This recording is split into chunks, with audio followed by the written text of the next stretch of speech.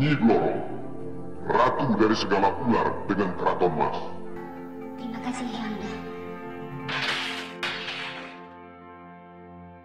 Nyi Roro Kidul diyakini berdarah Batak. Benarkah? Begini kisah dan penjelasannya. Namun sebelum menyimak kisah Nyi Roro Kidul diyakini berdarah Batak, bantu kami dengan cara klik tombol subscribe dan tekan tombol lonceng agar Anda mendapatkan notifikasi video terbaru dari kami secara gratis. Cikidot.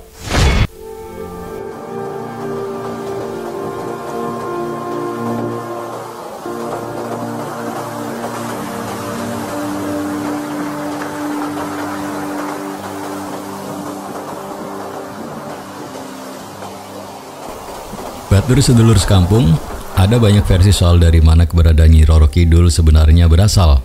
Salah satu mitos yang paling populer adalah tentang identitas Nyi Roro Kidul sebagai keturunan Raja Airlangga dari Kahuripan. Selain sebagai keturunan Raja Airlangga, namun ada beberapa versi menyebut bahwa Nyi Roro Kidul merupakan keturunan suku Batak, Sumatera Utara.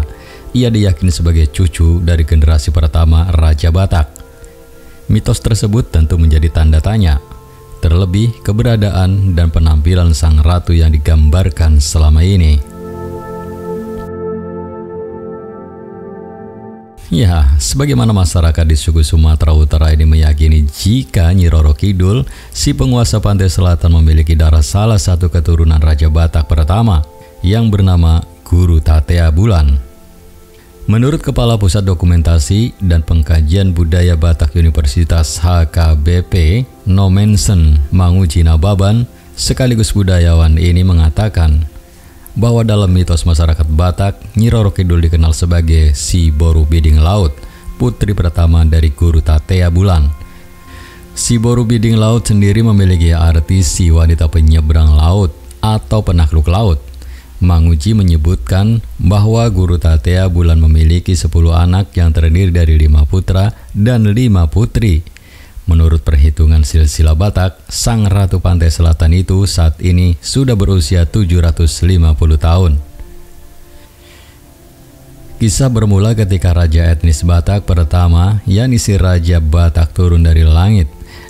Dia diciptakan mula jadi Nabolon, dewa Batak, di Pusuk Buhit atau Puncak Bukit, salah satu puncak tertinggi di Samosir, pinggir barat Danau Toba. Si Raja Batak memiliki 2 keturunan. Yang pertama bernama Guru Tatea Bulan, lalu lahirlah adiknya Raja Isumbaon.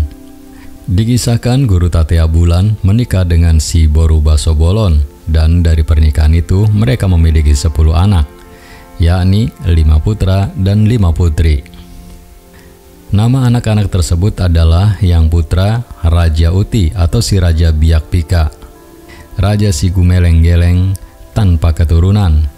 Kemudian anak yang kedua Tuan Saribu Raja, keturunannya Pasaribu, dan Limbong Mulana, keturunannya Limbong, Sagala Raja dan keturunannya Sagala. Kemudian yang kelima Silau Raja, keturunannya Malau, Manik, Ambarita, dan Gurning.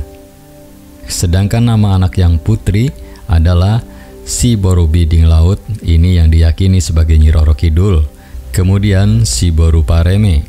Kemudian yang nomor 3 Si Boru Anting Sabungan. Yang keempat Sinta Haumasan. Dan yang terakhir Si Borinan Tinjo. Raja Uti terlahir dengan tangan dan kaki yang pendek. Namun hal ini tidak membuatnya sedih.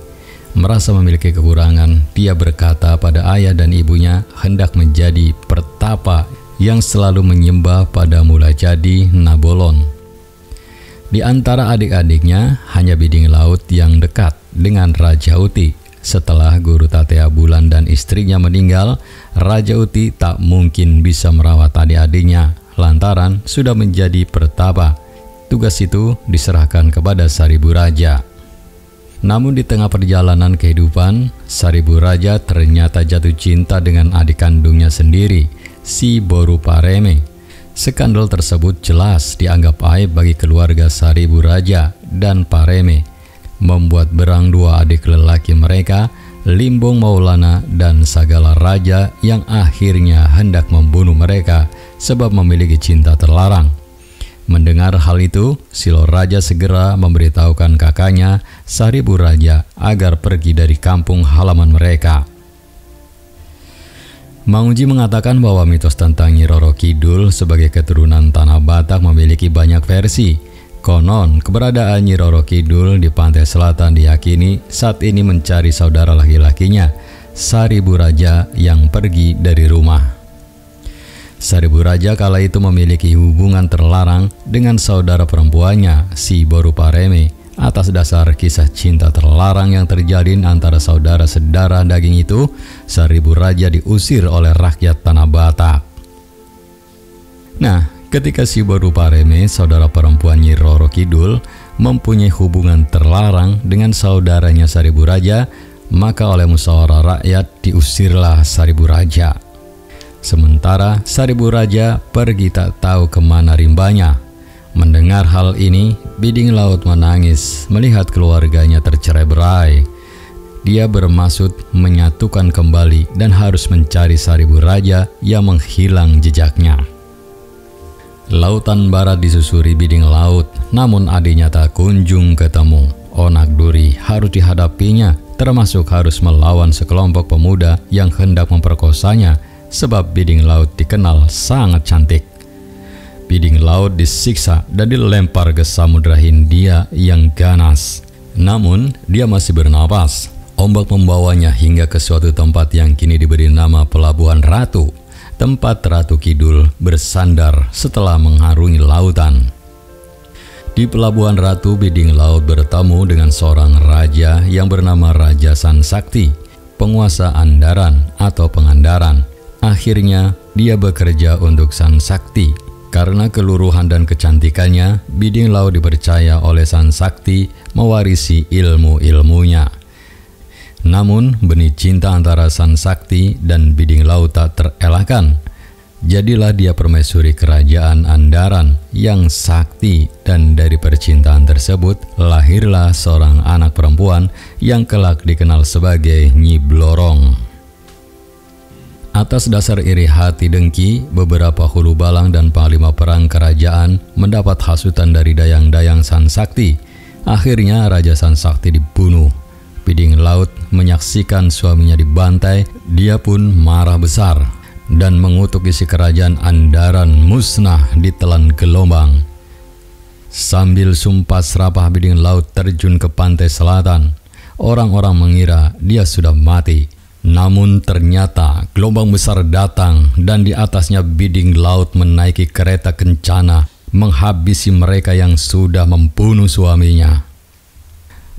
Batur sedulur sekampung, demikian kisah dan penjelasan Nyi Roro Kidul yang diyakini berdarah Batak. Saya yakin Anda memiliki pendapat yang berbeda. Oleh karena itu, jika ada perbedaan atau ingin melengkapi, silakan tulis di kolom komentar dengan bijak. Terima kasih telah menyimak video ini sampai selesai. Bantu kami dengan cara klik tombol subscribe, like, komen, dan share sebanyak-banyaknya. Ingat, tetap meduluran aja pada tukaran.